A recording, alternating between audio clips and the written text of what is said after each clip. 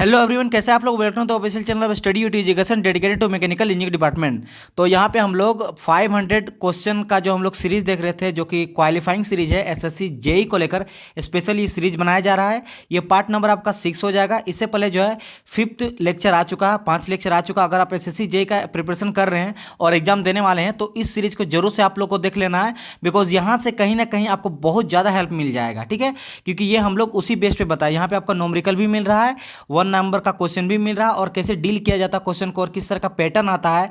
इसमें हम लोग क्या डिस्कस कर रहे हैं, एसएससी जेई से related, SSC JE, RRB JE, ISRO, DRDO और अदर स्टेट में जितने भी स्टेट में जेई लेवल में क्वेश्चन पूछा जाता है, सारा को यहाँ पे हम लोग डील करते हैं। राइट, इसके अलावा अदर एग्जामिनेशन के लिए भी ये आपका सफिशियंट है, और सारे सिलेबस को हम लोग कवर कर रहे हैं। यहाँ पे हर वो सब्जेक्ट को, प्रोडक्शन हो, टॉम हो, सोम हो, थर्मो हो, आरएससी हो, हीट इंजन हो, ठीक है, मटेरियल साइंस हो, मशीन डिजाइन हो, अब उसके बाद स्ट्रेंथ ऑफ मटेरियल, मतलब सारे को हम लोग लेके चल रहे हैं, सारे क्वेश्चन को लेके चल रहे हैं, समझा भी रहे हैं। तो इस सीरीज को आपको देख ही लेना है, एकदम इंपॉर्टेंट है। तो चलिए क्लास को हम लोग स्टार्ट करते हैं। ये पार्ट नंबर का 6 हो जाएगा। एंड अगर आपको आर एस कुर्मी का सोल्यूशन देखना है और बहुत सारी चीज़ मैकेनिकल से रिलेटेड हो तो आप चैनल को सब्सक्राइब कर ले सकते हैं, बिकॉज ये फुली डेडिकेटेड है मैकेनिकल इंजीनियरिंग डिपार्टमेंट को लेकर। और आरके जन का अगर आपको परचेज करना है तो आरके जन को परचेज कर सकते हैं। फुल पेड कोर्स है वो, उसमें बहुत ही मिनिमम कॉस्ट में आपको दिया जा रहा है। अगर आप उसको लीजिएगा तो उसमें थ्योरी प्लस डेरिवेशन सब कुछ कंप्लीट किया गया है, साथ ही साथ आपका मैकेनिकल के सिलेबस को भी हम लोग कंप्लीट कर रहे हैं। तो उसके लिए नीचे में दिया गया है डिस्क्रिप्शन में लिंक, आपको आप व्हाट्सअप में जुड़ सकते हैं, व्हाट्सअप में जुड़ के मेरे से बात कर सकते हैं। कॉन्टैक्ट नंबर दिया गया है, टेलीग्राम भी ज्वाइन कर सकते हैं। टेलीग्राम में आपको पीडीएफ वगैरह मिल जाएगा, और व्हाट्सअप में आपको इससे रिलेटेड क्वेश्चन डाउट पूछ सकते हैं। स्टूडेंट बहुत सारे वहाँ पे प्रिपरेशन करते हैं और कनेक्टेड हैं। तो चलिए आज हम लोग स्टार्ट करते हैं। हम लोग 50 क्वेश्चन डेली डिस्कस करते हैं, मैक्सिमम या 40 करते हैं। 1 नंबर टाइप का क्वेश्चन रखता है। हम लोग ट्राई करते हैं 10 से लेकर 20 सेकंड में आंसर देने का, as fast as you can. चलिए, तो पहला क्वेश्चन आज का क्या बोल रहा है। As far as first law of thermodynamics, when any system confined within a boundary is carried through series of operation such that the final state is same as the initial state. देखो, basically ये cyclic process का बात कर रहा है। हम लोग को नॉर्मली क्या था फर्स्ट लॉ ऑफ इक्वेशन से कि del Q is equal to हो जाता है D U plus del W. और मैं ये बहुत बार बता चुका हूँ कि बताओ बाबू लोग, यहाँ पे हम क्यों यहाँ पे डेल लिख रहे हैं क्यू के जगह में, और यू के जगह में डी क्यों रख रहे हैं। बिकॉज मैं आपको बता दिया हूँ कि जो वर्क है और हीट है, ये दोनों का दोनों जो है मेरा पाथ फंक्शन है, और पाथ फंक्शन को पूरी तरह से हम लोग डिफ्रेंशिएट नहीं कर सकते हैं। जबकि जो मेरा इंटरनल एनर्जी होता है वो मेरा क्या होता है, मेरा पॉइंट फंक्शन है। और पॉइंट फंक्शन जो है इनिशियल और फाइनल पे डिपेंड करता है, यानी कि डी यू इक्वल टू लिख सकते हैं u2 माइनस u1, क्योंकि पॉइंट फंक्शन डिपेंड करता है। ये मान लो पहला पॉइंट, ये दूसरा पॉइंट, ये पहला और ये दूसरा। तो यहाँ पे d अगर यहाँ d1 है, d2 है, या फिर सॉरी u है, तो u1 u2 है, तो u2 माइनस u1 से हम लोग du निकाल सकते हैं। मतलब पूरी तरह से इसको डिफ्रेंशिएट कर सकते हैं, क्योंकि ये पॉइंट फंक्शन है, इसलिए d लिखते हैं। डेल क्यों लिखते हैं, इसको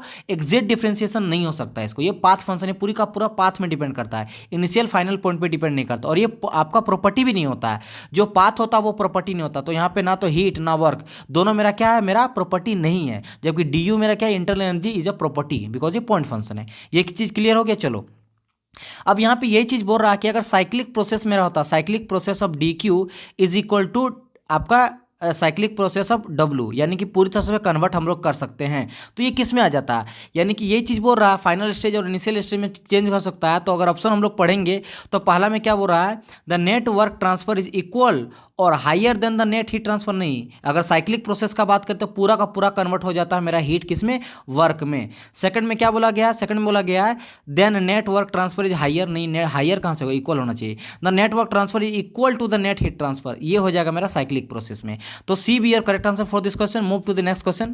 क्वेश्चन नंबर सेकंड क्या बोल रहा है यहाँ पे, in an isothermal process the heat transfer is. Isothermal क्या होता है, आप लोग को पता होगा, टेम्परेचर कांस्टेंट रहता है। राइट, टेम्परेचर कांस्टेंट रहता है। तो अगर मैं फर्स्ट लॉ ऑफ थर्मोडायनेमिक्स लिखूं कि del Q is equal to D U plus del W, तो भाई यहाँ पे टेम्परेचर कांस्टेंट है ना, और यू क्या मेरा हो जाता है, ये आपका टेम्परेचर पे डिपेंड करता है। ये इंटरनल एनर्जी टेम्परेचर डिपेंड करता है, क्योंकि फंक्शन होता है टेम्परेचर का, इंटरनल एनर्जी। तो ये भी तो हो गया जीरो, क्योंकि कांस्टेंट है ना, यहाँ पे कांस्टेंट यानी जीरो वैल्यू है। तो बचा क्या मेरा, del Q is equal to क्या हो गया मेरा, डेल डब्ल्यू, यानी कि क्या होगा, हीट पूरी तरह से मेरा कन्वर्ट हो गया किस में, वर्क डन में। तो यहाँ पे क्या हो जाएगा, 2 का correct answer will be your first, equal to the work transfer. ठीक है, यहाँ क्या हो जाएगा, डेल क्यू इक्वल टू हो जाएगा आपका डेल डब्ल्यू। Right, okay. आगे बढ़ते हैं question number third, the area below the PV diagram of a non flow process. Non flow process means किसका बात कर रहा है, क्लोज सिस्टम का बात कर रहा है, जिसमें मास आपका फ्लो नहीं होता सिस्टम टू सराउंडिंग। तो उसमें जब पीवी डायग्राम हम बनाएंगे यानी प्रेशर वॉल्यूम का डायग्राम, तो यहाँ पे जो हमको मिलता है, मान लो ये आपका जा रहा ट्रांसफर हो रहा है, ये कुछ इसका P1 है और यहाँ P2 है और यहाँ पे V1 और V2 दिया गया। तो ये इसकी जो नीचे हमको मिलता है, बेसिकली मिलता है क्या, सबको पता होगा, यहाँ से हमको वर्क मिलता है, वर्क ट्रांसफर कितना हो रहा है वो चीज़ को हम लोग फाइंड कर सकते हैं। जो भी ये मान लो रेक्टेंगल का आ गया तो सिंपली इस तरह का चीज़ अगर आ जाएगा, इस तरह का रहेगा, तो यहाँ भी हम लोग इसको वर्क ट्रांसफर फोर्स करते हैं। अब इसका एरिया, एरिया क्या होता है आपका, आपको पता है कि अगर रेक्टेंगल या फिर स्क्वायर मान लो, एरिया क्या हो जाएगा, A इंटू ए यानी ए स्क्वायर। तो जो भी यहाँ पे रहेगा इसका हम लोग वैल्यू देख के यहाँ से हम लोग एरिया यानी कि जो एरिया निकलेगा यही मेरा हो जाएगा क्या, वर्क ट्रांसफर। तो इसका क्या हो जाएगा, थर्ड का आंसर आपका ए नंबर, वर्क ट्रांसफर होता है, राइट। ओके, मूव करते हैं नेक्स्ट क्वेश्चन में। नेक्स्ट क्वेश्चन क्या बोल रहा है, efficiency of A Carnot cycle depend on. Efficiency मतलब समझ जाइए क्या है, इफिशियंसी ऐसा होता है जो कि एक्चुअल में ये चीज़ जो है आपका अचीव नहीं किया जा सकता, एक हाइपोथेटिकल होता है, इमेजिनरी चीज़ होता है। किसी भी चीज़ को इमेजिनरी हम लोग मानते हैं, इसलिए हम लोग इसको फॉलो करते हैं। जितना भी इंजन बनता है थर्मोडाइनमिक्स में, सबको किसको देखा जाता है, कार्नोट साइकिल को। क्या उतना मुझे एफिशिएंसी मिल पा रहा है, क्यों, बिकॉज कार्नोट हाइपोथेटिकल है, मतलब वो इमेजिनरी है कि नहीं होता, एक ड्रीम होता है, होता नहीं कि भाई हम अमेरिका में जाके रहें, लाखों कमाएं, बट वो हो नहीं पाता। एक होता ना सोच, हमेशा जो भी इंसान सोचता है वो बहुत ज़्यादा हाई सोचता है, वहाँ तक अचीव नहीं कर पाता, लेकिन ट्राई करता लाइफ भर कि उतना तो हम कर पाए। समझ आया कि नहीं, तो वो चीज़ है कार्नोट साइकिल। तो ये डिपेंड किस पे करता है, अगर मैं एफिशिएंसी का बात करूँ, कार्नोट की एफिशिएंसी आप लोग को पता होगा 1 minus T2 divide by T1 होता है। क्या था, T2 divide by T1। T2 क्या है मेरा, ये लोअर टेम्परेचर हो जाता है और ये मेरा हायर टेम्परेचर हो जाता है। तो ये किस पे डिपेंड कर रहा है, मेरा टेम्परेचर लिमिट पे ये डिपेंड करता है, ऑलवेज रखना है। बेसिकली इसका तो हो जाता है मेरा क्या, N1 efficiency equal to 1 minus हो जाता है Q lower minus Q higher, ये होता है। लेकिन हमको पता है कि रिवर्सिबल के केस में जो हीट होता है वो टेम्परेचर का फंक्शन होता है, ठीक है, फंक्शन ऑफ टेम्परेचर होता है। इसीलिए यहाँ पे हम लोग लिख सकते हैं 1 minus T2 divide by T1। तो टेम्परेचर लिमिट पे डिपेंड करता है, यानी क्या हो जाएगा 4 का सी बी और correct answer, the temperature limit of the working fluid, इस पे डिपेंड करता है कार्नोट साइकिल का efficiency. Okay, question number 5, enthalpy is calculated as. Enthalpy आप लोगों को पता है क्या होता है भाई, enthalpy is equal to H equal to हो जाता है U प्लस पी भी।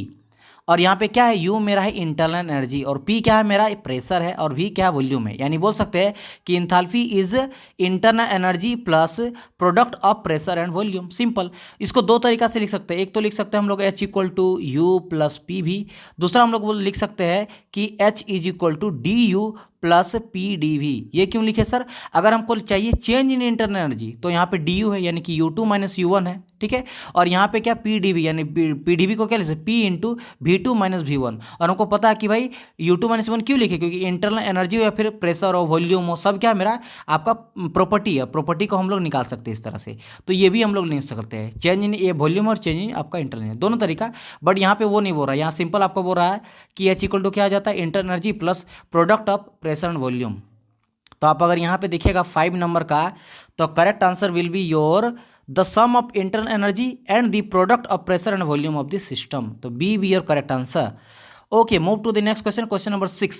For a closed system, the difference between the heat added to the system and work done by the gas is equal to change in. देखिए शुरू में हम क्यों बताए थे आपका del Q is equal to D U plus del W, because मुझे पता था इसका बहुत ज़्यादा इक्वेशन यूज़ होने वाला है आज अभी के टाइम पे, अभी जो क्वेश्चन हम लोग बनाएंगे इसमें, ठीक है, थर्मोडायनामिक्स से रिलेटेड। देखो तो यहाँ पे बोल रहा है इन क्लोज सिस्टम, तो क्लोज सिस्टम बोल रहा है difference between the heat added to the system and work done, यानी हीट और वर्क के बीच में डिफरेंस बोल रहा है। तो चलो हम लोग निकाल देते हैं, del Q minus del W हो गया डिफरेंस। तो यहाँ से मुझे क्या निकला, इंटरनल एनर्जी।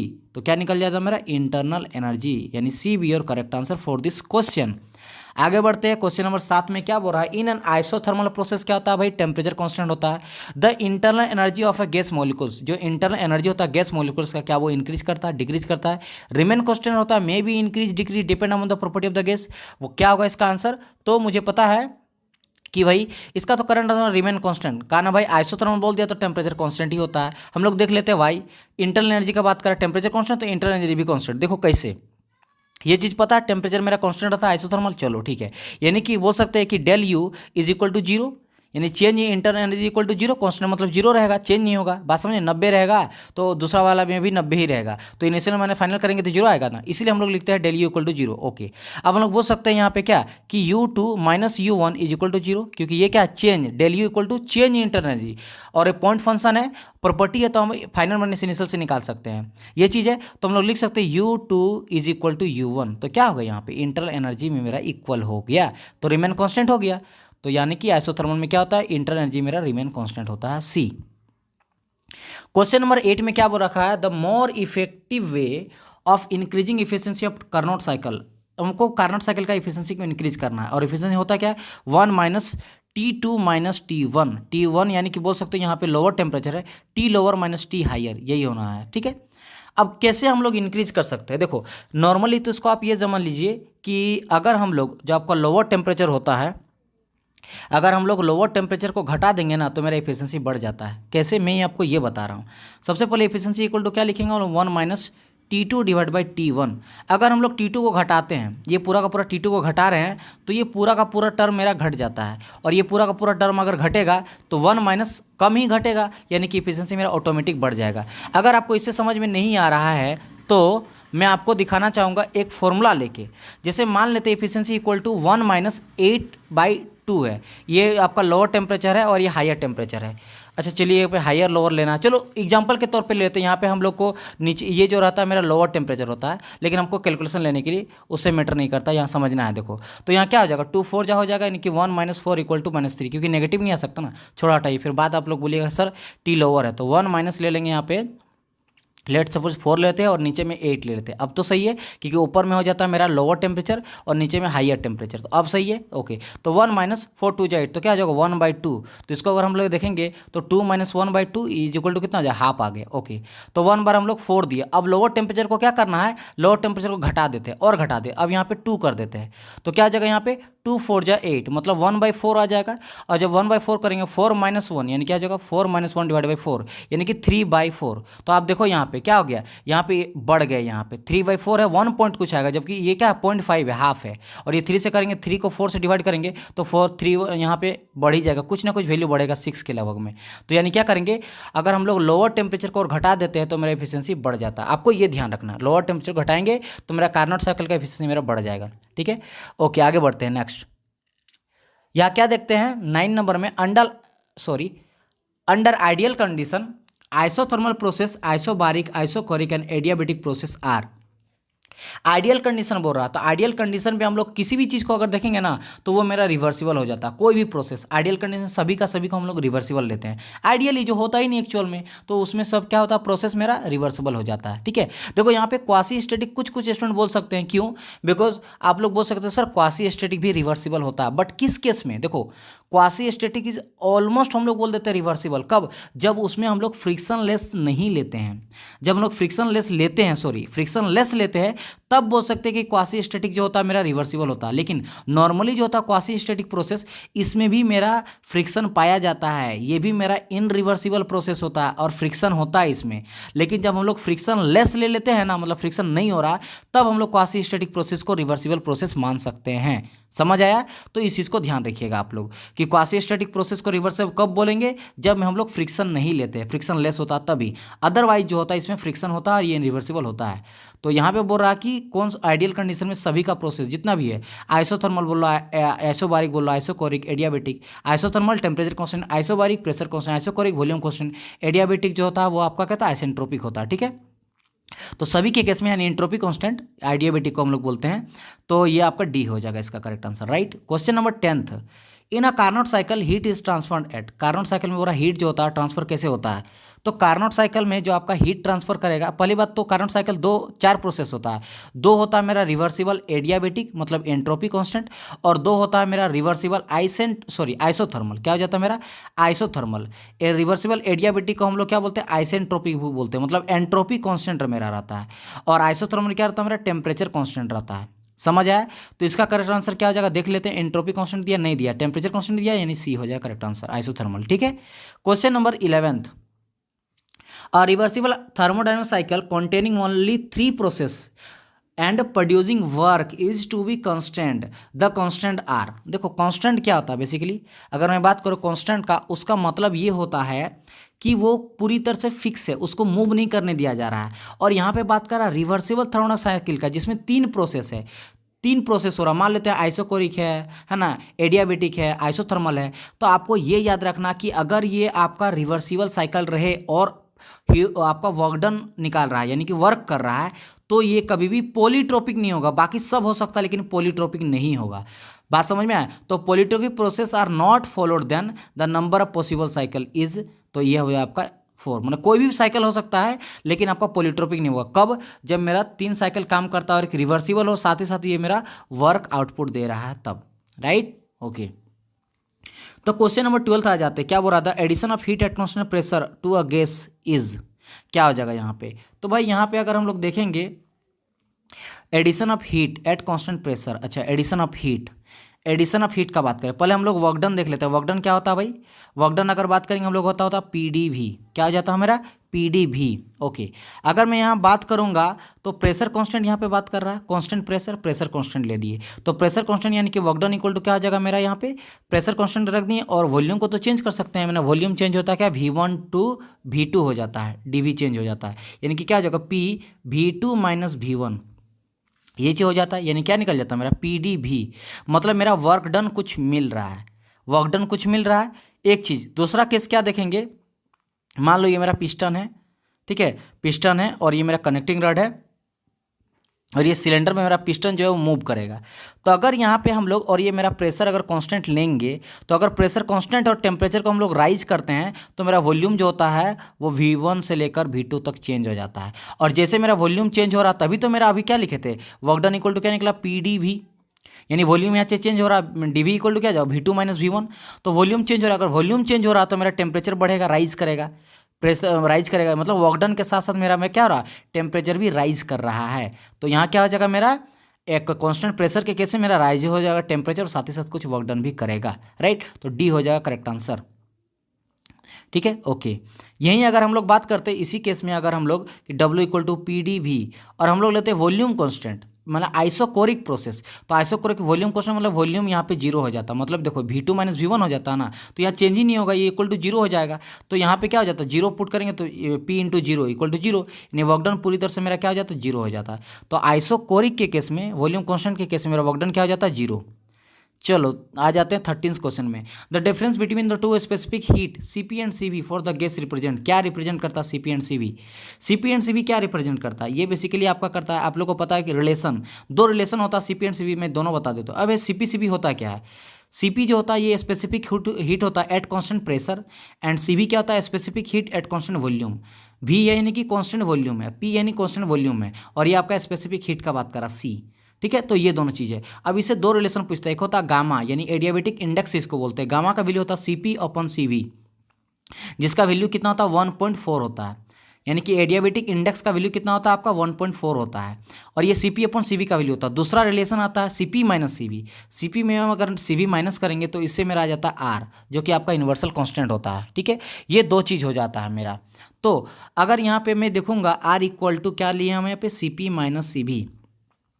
अब यहाँ पे देखते हैं कि भाई सीबी ये कांस्टेंट वॉल्यूम है, ये कांस्टेंट वॉल्यूम और कांस्टेंट वॉल्यूम के केस में अभी हम लोग देखे थे कि पीडीवी वर्क डन होता है, work done equal to PdV, और जब हम लोग वॉल्यूम कांस्टेंट लेते हैं तो वर्क डन मेरा जीरो हो जाता है। तो यहाँ से मिल गया मेरा जीरो, वर्क डन यहाँ तो कुछ होगा नहीं। अब बात करेंगे सीवी का, तो सीवी में हम लोग देखे थे वर्क डन मेरा होता है, पीडीवी वर्क डन यहाँ पे मिलता है। प्रेशर में देखे थे, अभी जस्ट देखे थे ना, तो लेंगे क्या? पी एंड डीवी हो जाता है, यानी कि V2 माइनस V1 हो जाता है। किसके केस में? प्रेशर कांस्टेंट के केस में। तो यहाँ प्रेशर कांस्टेंट है, तो यहाँ पे क्या मेरा मेरा वर्क डन मिल रहा है, यानी कि एक्सटर्नल वर्क मुझे मिलता है यहाँ पे। तो यहाँ पे वही चीज़ बोल रहा है कि सीपी एंड सीवी का जो डिफरेंस होता है, यानी कि सीपी माइनस सीवी और आर है, तो यहाँ पे एक कांस्टेंट मिल रहा है, साथ ही साथ मेरा सीपी पे चलते एक मेरा वर्क डन भी यहाँ पे मिल रहा है। तो इन दोनों का डिफरेंस मेरा क्या देता है? वर्क डन देता है और एक कांस्टेंट। तो यहाँ पे अगर देखेंगे आप पढ़िएगा, इंक्रीज इन काइनेटिक एनर्जी नहीं, काइनेटिक एनर्जी को कोई बात नहीं है। बी नंबर के इंक्रीज पोटेंशियल एनर्जी भी बात नहीं हो रहा है। सम एक्सटर्नल वर्क डन, तो मेरा यहाँ पे सीपी माइनस सीवी, यही डिफरेंस बोला, सीपी माइनस सीवी, तो इससे मेरा क्या? मेरा एक वर्क डन मिला, ये तो जीरो हो जा रहा है लेकिन वर्क डन मिला, कांस्टेंट तो है यार। चलो, तो इसका करेक्ट आंसर क्या हो जाएगा? सी। आगे बढ़ते हैं क्वेश्चन नंबर 14। देखिए हम एक्सप्लेन कर रहे हैं थोड़ा ज़्यादा लेके, ताकि आप लोगों को सही तरह से समझ पाए। हम नहीं चाहते हैं कि आप लोगों को कोई चीज़ पार कर दे, फास्ट ही कर रहे बट थोड़ा वो समझा दे रहे। The maximum work by an expansion of a gas in a close system is possible when the process take place at constant. यहाँ पर मैक्सिमम वर्क हमको चाहिए एक्सपेंशन के केस में, एक क्लोज सिस्टम है तो वो कब हो सकता है, क्या हम लोग कॉन्स्टेंट लेंगे तो हम लोग को मैक्सिमम जो है वर्क डन देखने को मिलता है। तो हम लोग चलते हैं क्वेश्चन नंबर, ये आपका 14 है। देखो पहली बात आप देखिएगा यहाँ पे, एक सेकेंड, थर्मोडायनेमिक्स से हर लेक्चर में इस चीज़ के बारे में बात किया हूँ मैं, और एक बार बात कर लेता हूँ बहुत ही अच्छी तरह से, क्योंकि ये इंपॉर्टेंट है यहाँ पे। ठीक है, एग्जाम है आप लोगों के सामने।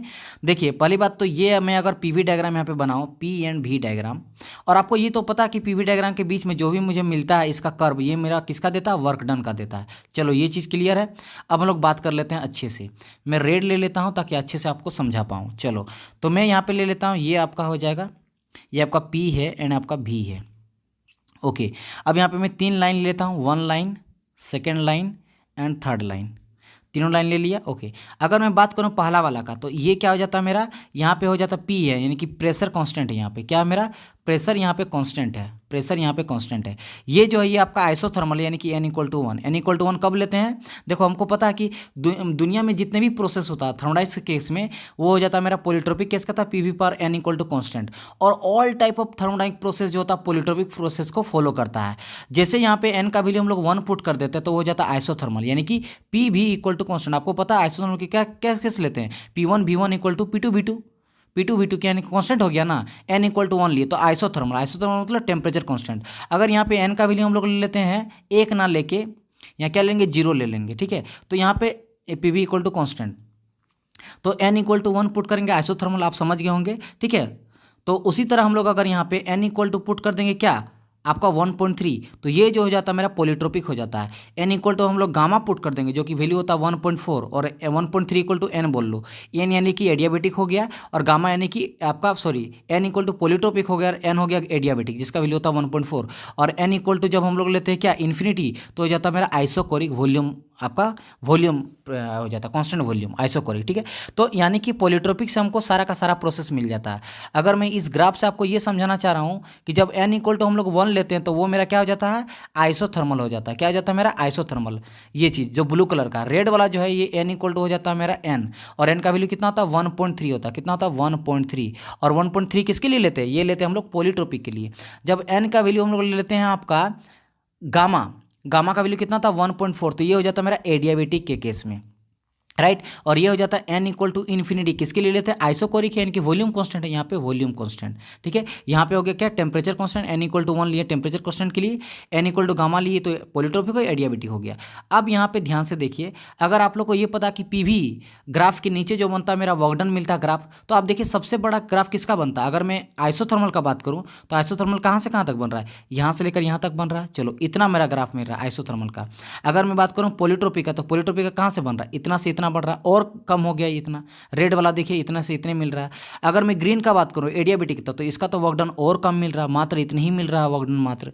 अगर मैं बात करूँ कांस्टेंट प्रेशर का, कांस्टेंट प्रेशर कहाँ से, यहाँ से लेकर है, यहाँ से है ना, यहाँ से लेकर यहाँ, तो सबसे ज़्यादा एरिया किसका मिल रहा है, मेरा कांस्टेंट प्रेशर का, यानी कि वर्क डन सबसे ज़्यादा किसका देगा, मेरा कांस्टेंट प्रेशर में देगा। और ये जो बता रहे हैं हम एक्सपेंशन का बता रहे हैं, जो नीचे आता तो मेरा एक्सपेंशन होता है, जब ऊपर जाएगा तो मेरा क्या हो जाता है, कंप्रेशन। मैं कंप्रेशन का ही बता दे रहा हूँ, पूरा का पूरा ग्राफ बना दे रहा हूँ।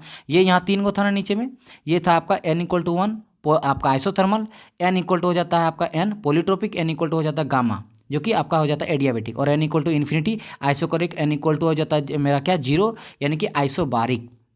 ओके अब मैं यहाँ एक्सपेंशन, ये आपका किसका हो गया, एक्सपेंशन का हो गया। अगर मैं कंप्रेशन का बात करूँ तो यहाँ भी 3 गो जाता है, यहाँ 3 गो। ठीक है, आइसोथर्मल का सबसे नीचे वाला हो जाता है n=1 आइसोथर्मल, n हो जाता है आपका पॉलीट्रोपिक के लिए, और n गामा सबसे ऊपर में हो जाता है आपका क्या हो जाता है, ये एडियाबेटिक का केस हो जाता है। और बाकी आपको पता है कि नीचे वाला क्या है, ये =∞, यानी कि वॉल्यूम कॉन्स्टेंट, और यहाँ n=0 है, यानी कि प्रेशर कॉन्स्टेंट। ये प्रेशर यहाँ पे कॉन्स्टेंट है। ठीक है, ये पूरा का पूरा सीधा जाएगा, और ये आपका वॉल्यूम यहाँ पे कॉन्स्टेंट है। तो ये चीज़ याद रखिएगा। दूसरा क्या क्वेश्चन पूछा, मैं इससे रिलेटेड और बता देता हूँ। बोलता बताइए ये आपका एक्स एक्सिस है ना, और ये जो आपका है वाई एक्सिस जा रहा है, ये आपका वाई एक्सिस है। बोलता है कि एन का वैल्यू जब हम लोग बढ़ेंगे, इंक्रीजिंग कब होता है, एक्स एक्सिस से वाई एक्सिस जाते हुए, फिर वाई से एक्स एक्सिस जाते हुए। तो आप देख रहे हैं यहाँ पे 0 है, फिर 1 आया, फिर यहाँ पे पोलिट्रोपी कितना होता है 1.3 होता है, फिर गामा का वैल्यू कितना होता है एडियाबेटिक 1.4 होता है, और ये इन्फिनिटी मतलब धीरे धीरे बढ़ रहा है। कब?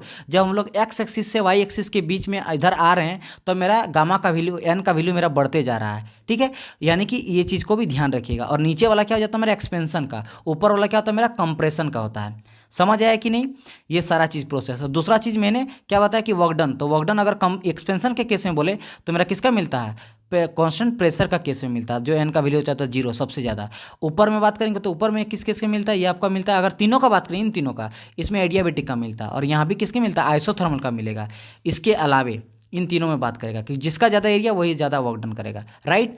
तो यहाँ पे क्या बोल रहा था, देखो maximum work done work by an expansion, नीचे वाला केस में क्लोज प्रोसेस में किसका कांस्टेंट, को सब प्रोसेस में होता है कांस्टेंट प्रेशर, यानी कि ए हो जाएगा इसका करेक्ट आंसर। समझ गए होंगे, इसलिए बहुत सारा क्वेश्चन आएगा, इसलिए मैं इसको बता दिया, ये इंपॉर्टेंट था बहुत ज़्यादा, राइट। क्वेश्चन नंबर है 15, इन an isothermal process the internal energy, isothermal process क्या होता है भाई, टेम्परेचर कांस्टेंट होता है। तो बस सिंपल सा बात है, इंटरनल एनर्जी क्या हो जाएगा यहाँ पे रिमेन कांस्टेंट रह जाता है, मैं बहुत पहले अभी कुछ देर पहले बताया हूँ। तो 15 का सी हो जाएगा। 16 चलते हैं, the first law of thermodynamics, first law of thermodynamics मेरा बोलता क्या है, तो देख लेते हैं पहला क्या बोला, enable to determine change in internal energy of the system, यही होता है ना, del Q is equal to D U plus del W. और ये हमेशा आपको बोलना है डेल क्यू, और डेल क्यू बोलना है, यहाँ पे डी बोलना है, क्योंकि आपको पता है क्यों, पाथ फंक्शन है आपका, इंटरनल एनर्जी पॉइंट फंक्शन है। तो मुझे पता है कि यहाँ पे भाई डी यू तो मिलता ही मिलता है, del Q minus del W कर देंगे तो इंटरनल एनर्जी, जब भी हम लोग हीट को, और एक चीज़ जो आपका हीट होता है, एक सेकंड यहाँ पे मैं मिटा लेता हूँ पूरा का पूरा, हाँ अब सही है।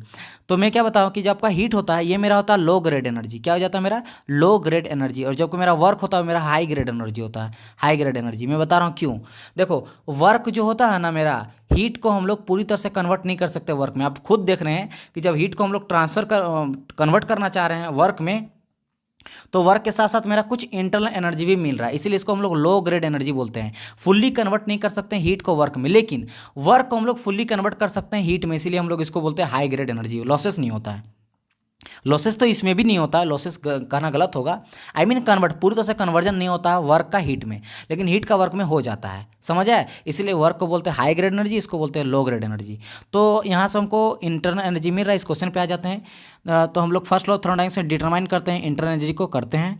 Does not help to predict whether the system will go or not go under the change, ये नहीं बताता, ये आपको बताता है एंट्रोपी, यानी सेकंड लॉ में। फर्स्ट लॉ में नहीं बताता कि किधर मेरा जा रहा है, ठीक है, खाली बताता है प्रोसेस हो रहा है और उसमें क्या हो रहा है, चेंज किसमें और किसमें हो रहा है। सी में does not enable to determine change in entropy, entropy तो भाई सेकंड लॉ से मिलता है, यानी कि सब सही बोल रहा है। डज नॉट दो बोला गया, ये बोल रहा है, यानी कि डी हो जाएगा correct answer. Okay, question number 17 आ जाते हैं। 17 में क्या बोल रखा है, it is proposed to make a direct heat to work transfer out of an elementary system which absorb heat while doing isothermal work exactly equal to the heat absorb। अच्छा, isothermal का बात करा, पूरा का पूरा जो आपका वर्क है उसको हम लोग हीट में कन्वर्ट कर सकते हैं, thereby keeping internal energy constant, और इंटरनल एनर्जी का हम लोग कांस्टेंट लेंगे। सच द सिस्टम इज, इस सिस्टम को हम लोग बोलेंगे क्या, तो ये सिस्टम पहले ये देखेंगे कि भाई पॉसिबल है कि नहीं, यानी कि पूरी तरह से जो हीट है वो कन्वर्ट हो सकता है कि नहीं वर्क में, आइसोथर्मल के केस में। तो देख लेते हैं फर्स्ट लॉ क्या होता है, डेल क्यू इक्वल टू हो जाता है D U plus del W. और क्या बोला आइसोथर्मल, तो आइसोथर्मल में मैंने आपको बताया था आइसोथर्मल टेम्परेचर कांस्टेंट, जब टेम्परेचर कांस्टेंट लेंगे तो यहाँ पे मेरा डी यू जो हो जाता है ये भी जीरो हो जाता है, मैं पहले बता चुका हूँ। तो यहाँ से जब जीरो हो जाएगा तो बोल सकते हैं कि del Q is equal to हो जाएगा डेल डब्लू, यानी कि हीट को हम लोग पूरी तरह से वर्क में कन्वर्ट कर सकते हैं। तो यही तो बात बोला है कि आइसोथर्मल अगर लेंगे तो क्या मेरा जो है हीट एब्जॉर्ब करेंगे वो पूरी तरह से वर्क डन में कन्वर्ट हो सकता है, तो बिल्कुल, यानी कि ये पॉसिबल है, बी हो जाएगा ये, ठीक है। ओके, मूव करते हैं question number 18, the total heat supplied at constant volume. चलो इससे दो चीज़ आपको ध्यान रखना, पहले आपको पता है हीट क्या होता है, हीट इक्वल हो जाता है एम सी डेल टी। एम क्या होता है मास होता है, सी क्या होता है स्पेसिफिक हीट होता है, क्या हो जाता है स्पेसिफिक हीट, एंड आपका डेल क्यू होता है चेंज इन टेम्परेचर। अब हम लोग दो चीज़ लेते हैं, पहला एक लेते हैं कांस्टेंट प्रेशर के लिए, एक लेते हैं हम लोग कांस्टेंट वॉल्यूम के लिए। किसके लेते हैं, कांस्टेंट प्रेशर के लिए लेते हैं और एक कांस्टेंट वॉल्यूम के लेते हैं। जब हम लोग कांस्टेंट प्रेशर का बात करेंगे तो वो हो जाता है मेरा क्या, कांस्टेंट वॉल्यूम का पहले बात करते हैं, तो डी यू इक्वल हो जाता है M C V del T. मैं छोटा लिखता हूँ, एक सेकंड, डी एक second D U is equal to D लिखेंगे क्योंकि इंटरनल एनर्जी पॉइंट फंक्शन है, D equal to M C V del T लिखेंगे या फिर डी वी लिख सकते हैं। एंड दूसरा हो जाता है मेरा D H is equal to M C P del T. ठीक है, यहाँ पे देखिए चेंज क्या हो गया मेरा, ध्यान रखिएगा। एम सी बी में यहाँ पे वॉल्यूम कांस्टेंट है तो इंटरनल एनर्जी के वॉल्यूम कांस्टेंट हो जाता है, और जब एंथैल्पी आता है चिंथैल्पी तो उसके लिए में प्रेशर कांस्टेंट आ जाता है। ये आपको ध्यान रखना है, इंटरनल एनर्जी ये है और आपका एच क्या है, आपका एंथैल्पी है। दोनों चीज़ समझ आया। तो यहाँ पे क्या हो रहा है, constant the total heat supplied, और ये क्या है आपका हीट सप्लाइड का बात कर रहे हैं। ठीक है, the heat supplied at constant volume, तो कांस्टेंट वॉल्यूम ये वाला है, तो कांस्टेंट वॉल्यूम के लिए क्या हो जाए M C V del T. तो क्या हो जाएगा यहाँ पे देखो कौन सा है क्वेश्चन नंबर, ये आपका है डी, इसका हो जाएगा correct answer M C V, ये आपका T two minus T one del T है। ठीक है, क्यू इक्वल टू, समझ गए। चलो आगे बढ़ते हैं। Next question, total heat supplied at constant pressure, तो भाई M C B D T हो जाएगा M C P del T, यानी कि ए हो जाएगा 19 का ए बी और correct answer for this question. Move करते हैं आगे नंबर में। The ratio of specific heat at constant pressure to the specific heat at constant volume of air is given by, मैंने बताया था गामा इक्वल टू क्या था C P by C B. ये क्या था, सी पी क्या था specific heat at constant pressure and divide हो जाता है specific heat at constant volume, तो इसी का बात कर रहा है। तो मैंने कहा था गामा का वैल्यू आप लोग को पता है, मैं फिगर में भी दिखाया था, एडियाबेटिक इंडेक्स होता है ये आपका, इसका वैल्यू होता है 1.4। आता कैसे है, जो स्पेसिफिक हीट होता है प्रेशर, इसका वैल्यू हो जाता है 1.005, जबकि जो specific heat at constant volume का जो वैल्यू होता है उसका वैल्यू होता है 0.718। जब इन लोग को हम लोग को कैलकुलेट करेंगे तो मेरा आ जाएगा 1.4। ठीक है, वैसे सबको ये चीज़ पता होगा, सॉरी ए हो जाएगा करेक्ट आंसर, निस्सी में 14 दिया गया है। चलो क्वेश्चन नंबर 21, नोमरिकल दिया गया, बहुत ही इजी नोमरिकल है, आराम से बना लेना। सबसे पहले क्या बोल रहा है, a gas is compress frictionless, अच्छा कंप्रेस्ड किया जा रहा है, तो देखो जब कंप्रेस हो जाता है ना तो मेरा हीट अगर कोई भी दिया रहेगा तो नेगेटिव में जाएगा, प्रेशर दिया रहेगा वो भी नेगेटिव में जाएगा, जो वर्क डन करेगा नेगेटिव, क्योंकि कंप्रेस्ड हो रहा है। समझ आया कि नहीं, एक्सपेंड करेंगे तो पॉजिटिव लेंगे, ये पहला पॉइंट है। उसके बाद क्या बोला गया, कुछ नहीं बोला गया है यहाँ बोला इनिशियल स्टेज का 0.4 मीटर क्यूब था, उसके बाद ये प्रेशर आपका इनिशियल प्रेशर दिया है, फिर फाइनल वॉल्यूम और फाइनल प्रेशर, मतलब पहले तो डेल वी इक्वल टू निकाल देते, डेल वी क्या हो जाए V2 minus V1, V2 minus V1 minus है यहाँ पे। ठीक है, इज इक्वल टू, तो फाइनल क्या हो रहा है मेरा, आपका हो जा रहा है 0.2, 0. यहाँ पे 4 और माइनस 0.2, तो यहाँ से 0.2 निकल गया, चेंज इन वॉल्यूम, तो यहाँ पे चेंज इन वॉल्यूम मेरा क्या निकल गया 0.2। अच्छा, और प्रेशर कितना है, प्रेशर तो मेरा 0.1 है, प्रेशर मेरा कितना 0.1 है, मेगा पास्कल में दिया है, मेगा पास्कल 10⁻³ कर देंगे। चलो आगे बढ़ जाते हैं। अब हम लोग क्या देखेंगे यहाँ पे, और हीट यहाँ कितना दिया 35, क्योंकि कंप्रेस हो रहा तो मैंने कहा क्या ले लेंगे हम लोग, नेगेटिव ले लेंगे, -35 किलो जूल, बस हो गया। और क्या करना है, चेंज इन इंटरनल एनर्जी, तो फर्स्ट लो हम लोग लगा देंगे। फर्स्ट लो क्या हो जाता है मेरा, हो जाता है del Q equal to del Q, एक second, del Q is equal to D U plus del W, right. तो मुझे पता है कि यहाँ पे डी यू, तो मेरा निकालना है इंटरनल एनर्जी, डी यू ही निकालना है। डेल क्यू का वैल्यू दिया है -35 पुट कर देंगे, is equal to del U मुझे निकालना है, और आपका वर्क डन क्या होता है पी डी वी होता है, पीडीवी होता है। चलो यहाँ पे पीडीवी हम लोग यहाँ पे फाइंड कर देते हैं। ठीक है, रेड से फाइंड करते हैं पीडीवी। प्रेशर मेरा कितना दिया 0.1 दिया, 0.1 दिया है, यहाँ पे वर्क निकाल रहे हैं, ये पीडीवी निकाल रहे हैं, 0.1 दिया, और डीवी यानी कि वॉल्यूम कितना चेंज हो रहा है 0.2, तो 0.2 यही चेंज हो रहा है ना बस। और यहाँ पे 10⁻³ किए हैं, मेगा पास्कल में दिया था, इंटू 10⁻³ इंटू 10⁻3, तो यहाँ पे पॉइंट हटेगा, नीचे में 10 आएगा, यहाँ पॉइंट हटेगा, नीचे में 10 आएगा, तो 2 0 यहाँ से 0 खत्म, तो 2 बचा इंटू 10 यानी कि 20 निकल गया यहाँ पे, बस सिंपल। तो यहाँ पे 20 हो गया, और यहाँ पे जो वर्क डन होगा वो भी नेगेटिव होगा, क्यों, क्योंकि यहाँ पे कंप्रेस्ड हो रहा है, तो यहाँ पे क्या निकल गया मेरा 0 माइनस आ जाएगा 20 यहाँ पे। चलो ठीक है, और 35 मेरा आ रहा है -35 यहाँ पे था ये चीज़, और डी यू निकालना है, तो -35, और जब इधर ये चल जाएगा तो ये हो जाएगा +20, क्या डी यू इक्वल टू, तो जब मेरा 35 में 20 जाएगा तो कितना बचेगा मेरा 15 आ जाएगा, 15 आ जाएगा राइट आंसर, और -15 आएगा, तो -15 देखो आंसर है बी नंबर में करेक्ट आंसर। ये हो गया मेरा internal energy of the system, right. Question move करते हैं, क्वेश्चन नंबर सेकंड, देखो 3 स्टार लगा हुआ है, SSC जे 2018 में पूछा गया था, स्टार है मीन्स इसमें कोई डिफॉल्ट है, देखते हैं इसमें क्या डिफॉल्ट है। Which of the following is the intensive, intensive क्या होता है भाई, आपको पता है, एक्सटेंसिव जो होता है वो मास पे डिपेंड करता है, ये इंडिपेंड ऑफ मास होता है। तो यहाँ पे देखेंगे कि भाई काइनेटिक एनर्जी प्रेशर, एंट्रोपी। अच्छा, ऑप्शन यहाँ पे ये चीज़ दिया है, तो यहाँ पे आपका कोई भी आंसर जो सही नहीं दिया गया था। देखिए कैसे, अगर मैं बात करूँगा काइनेटिक एनर्जी, एनर्जी है मतलब ये क्या है मेरा एक्सटेंसिव प्रॉपर्टी है। चलो, अगर मैं प्रेशर का बात करूँ तो ये इंटेंसिव प्रॉपर्टी है। एंट्रोपी का बात करूँ तो ये भी आपका एक्सटेंसिव प्रॉपर्टी है। जितना भी कैपिटल ई होता है, कैपिटल एच होता है, कैपिटल ई होता है, सब क्या होता है एक्सटेंसिव प्रॉपर्टी होता है। एनर्जी, जितना एनर्जी होता है एक्सटेंसिव, मतलब मास में मेरा डिपेंडेंट लोग होता है। तो यहाँ पे करेक्ट आंसर क्या हो जाएगा, ओनली टू। लेकिन ओनली टू यहाँ पे है ही नहीं, ओनली 2 4 है, ओनली 2 3 है, 1 4 है, इसीलिए ये आंसर क्या रॉन्ग है। इसका आंसर क्या होना चाहिए था, कोई ऑप्शन एगो आ जाता है ई, ओनली लिखा था ओनली 2, तब ये सही हो जाता है, इसीलिए क्वेश्चन को हम रखे हैं।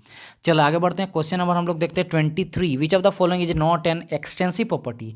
एक्सटेंसिव कौन सा नहीं है, तो यहाँ पे अगर हम लोग देखेंगे तो आपका एंथैल्पी एक्सटेंसिव है, मास पे डिपेंड करता है, एंट्रोपी मास पे डिपेंड करता है, मैंने कहा था।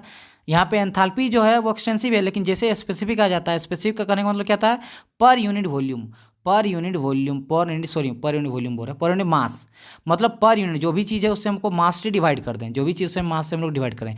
तो मास डिपेंडेंट था पहले, मेरा एंथैल्पी जो है मास डिपेंडेंट है, लेकिन जैसे पर यूनिट मास आ गया तो मास से मास खत्म हो गया, तो अब क्या हो गया मेरा, ये चीज़ हो गया मेरा इंटेंसिव। तो याद रखिएगा जब भी स्पेसिफिक टर्म आएगा ना तो वो क्या कर देता है मेरा, वो बन जाता है मेरा इंटेंसिव। तो यहाँ पे नॉट बोला है, नॉट एक्सटेंसिव, तो ये मेरा इंटेंसिव यानी सी हो जाए correct answer. Okay 24, which of the statement is true, इसमें से कौन सा जो है स्टेटमेंट वो आपको ट्रू लग रहा है। तो क्वेश्चन पढ़ते हैं, two reversible adiabatic process path intersect at the point. पहली बात तो ये जान लीजिए कभी भी रिवर्सिबल जो एडियाबेटिक प्रोसेस होता है कभी अपने आप को नहीं काटता है, इंटरसेक्ट नहीं करता है, ठीक है, एडियाबेटिक नहीं कटता है, तो बी यहाँ पे करेक्ट आंसर हो जाएगा, ठीक है। एडियाबेटिक नहीं कट सकता, लेकिन हाँ प्रॉपर्टी कट सकता है, जैसे प्रेशर और volume.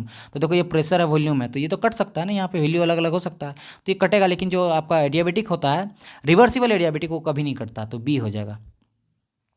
Question 25, an ideal gas undergo isothermal process between 1:2। तो यहाँ पे क्या होगा भाई, यहाँ पे आइसोथर्मल बोला, मैंने कहा था सभी प्रोसेस जो होता है पॉलीट्रोपिक होता है, पॉलीट्रोपिक होता है तो P V equal to N पे पावर इक्वल टू कॉन्स्टेंट ले लेंगे। यहाँ पे आइसोथर्मल बोल रहा है टेम्परेचर कॉन्स्टेंट, और टेम्परेचर जब कॉन्स्टेंट रहता है तो एन का वैल्यू हम लोग लेते हैं 1, तो यहाँ 1 पुट करेंगे तो क्या हो जाएगा, P V equal to constant, तो P1 V1 is equal to हो जाएगा P2 V2। तो यही चीज़ यानी बी नंबर। दूसरा तरीका हम बताते हैं, दूसरा तरीका किससे बना सकते हैं, हमको ये भी पता है कि पी वी इक्वल टू हो जाता है फिजिक्स मतलब थर्मोडायनेमिक्स से NRT लेते हैं हम लोग, क्या लेते हैं NRT लेते हैं। एन मेरा ऑटोमेटिक कांस्टेंट है, आर मेरा ऑटोमेटिक कांस्टेंट है, आइसोथर्मल का बात किया टेम्परेचर मेरा कांस्टेंट हो गया, तो P V equal to constant, तो यहाँ से भी निकल जाएगा P1 V1 is equal to P2 V2 दो वैल्यू के लिए। तो बस यहाँ से भी निकाल सकते हो, बहुत तरीका से निकाल सकते हैं, और वैसे भी आप लोग होशियार हैं, तो यहाँ पे आंसर क्या हो जाएगा, बी नंबर। चलो ये चीज़ है। एंड क्वेश्चन नंबर 26 में क्या बोल रखा है, फॉर एन आइसोकोरिक, आइसोकोरिक मतलब वॉल्यूम कांस्टेंट का बात करें, which of the following property remain constant, क्या जो है वो रिमेन कांस्टेंट रहेगा। तो अगर मैं आइसोकोरिक की बात कर रहा तो यहाँ पे वॉल्यूम कांस्टेंट रहेगा, ये तो बहुत ही इजी क्वेश्चन पूछ दिया। अगर आइसोथर्मल का बात करें तो टेम्परेचर कांस्टेंट रहता है, और आपका आइसोबारिक का बात करें तो प्रेशर कांस्टेंट रहता है, और आइसेंट्रोपिक का बात करें या आपका एडियाबेटिक का बात करें तो यहाँ पे एंट्रोपी कांस्टेंट रहता है। दो चीज़ और एक चीज़ मैं बता दे रहा हूँ, जो आपका आइसोकोरिक होता है उसको हम लोग आइसोमेट्रिक भी बोलते हैं। वॉल्यूम कांस्टेंट जहाँ पे बोल रहे हैं ना वॉल्यूम कांस्टेंट, इसको हम लोग आइसोकोरिक और आइसोमेट्रिक भी बोलते हैं, लिख लीजिएगा कॉपी में। और दूसरा चीज़ जो आपका प्रेशर कांस्टेंट रहता है इसको आइसोबारिक तो बोलते ही बोलते हैं, आइसोबारिक के साथ हम लोग आइसोपेस्टिक भी बोलते हैं। क्या बोलते हैं, आइसोपेस्टिक और आइसोबारिक, किसके लिए, प्रेशर कांस्टेंट के लिए। समझ आए, इस दोनों को ध्यान रखिएगा। Question number 27, the property enthalpy is defined as, everyone know that, अभी जस्ट पर हम लोग डिस्कस थे H equal to U plus P V, यानी कि internal energy plus product of pressure and volume. तो यहाँ पे आप देखिए आंसर कौन सा आ जाएगा, B number, sum of the inter energy and the product of pressure and the specific volume, B we और correct answer. Okay question number 28 में क्या बोल रखा है, a system is said to be in thermodynamics equilibrium if the system in, thermodynamics equilibrium का बात कर रहा है, इट मीन्स ये आपका केमिकली इक्विलिब्रियम होना चाहिए, मैकेनिकल इक्विलिब्रियम होना चाहिए, और आपका थर्मल इक्विलिब्रियम भी होना चाहिए, यानी कि ए हो जाएगा। केमिकल इक्विलिब्रियम का क्या मतलब होमोजेनिटी से, यानी कि उसमें केमिकल कोई रिएक्शन नहीं होना चाहिए, वो भी स्टेबिलिटी होना चाहिए, इक्विलिब्रियम होना चाहिए। मैकेनिकल का बात करा फोर्सेस का, जितने भी टाइप का फोर्सेस वो इक्विलिब्रियम यानी कांस्टेंट होना चाहिए, और थर्मल यानी टेम्परेचर कांस्टेंट होना चाहिए, ठीक है। तो सारा चीज़ जब होगा कांस्टेंट इक्विलिब्रियम होगा तभी जाकर उसको थर्मोडायनेमिक इक्विलिब्रियम बोलेंगे। क्वेश्चन 20 थ्रोटलिंग प्रोसेस क्या होता है? थ्रोटलिंग प्रोसेस पहले मैं डिस्कस बता चुका हूँ, शायद लेक्चर नंबर 1 या 2 में बहुत ही अच्छे से बता दिया हूँ। इसमें आपका एंथैल्पी कांस्टेंट रहता है, तो आप देखिएगा एंथैल्पी रिमेन कांस्टेंट, यानी कि H1 इक्वल टू हो जाता है मेरा H2। ठीक है, यहाँ पे प्रेशर को हम लोग रिड्यूस करने के लिए इसका हम लोग यूज़ करते हैं, बट एंथैल्पी यहाँ पे कांस्टेंट रहता है। माइन्यूट टेम्परेचर से पास करते हैं हम लोग गैस को। ठीक है, 30 नंबर में क्या बोल रखा है? The which is the true for reversible polytropic process, क्या जो है ये ट्रू होता है? देखो, जो रिवर्सिबल प्रोसेस होता है ना, इसका मैं वर्क डन अगर बात करूं तो यहाँ पे क्या हो जाता है? P1V1 P2V2 माइनस हो जाता है P1V1 डिवाइड हो जाता है मेरा N-1। क्या हो जाता है? डिवाइड हो जाता है मेरा N-1। तो यहाँ पे क्या होता है? एडियाबेटिक के केस में नो हीट ट्रांसफर, कोई भी ट्रांसफर जो होता है हीट नहीं होता। लेकिन अगर मैं पॉलीट्रोपी का बात करूँ तो पॉलीट्रोपी के केस में हीट ट्रांसफर हो सकता है, कम हो सकता है लेकिन होता है।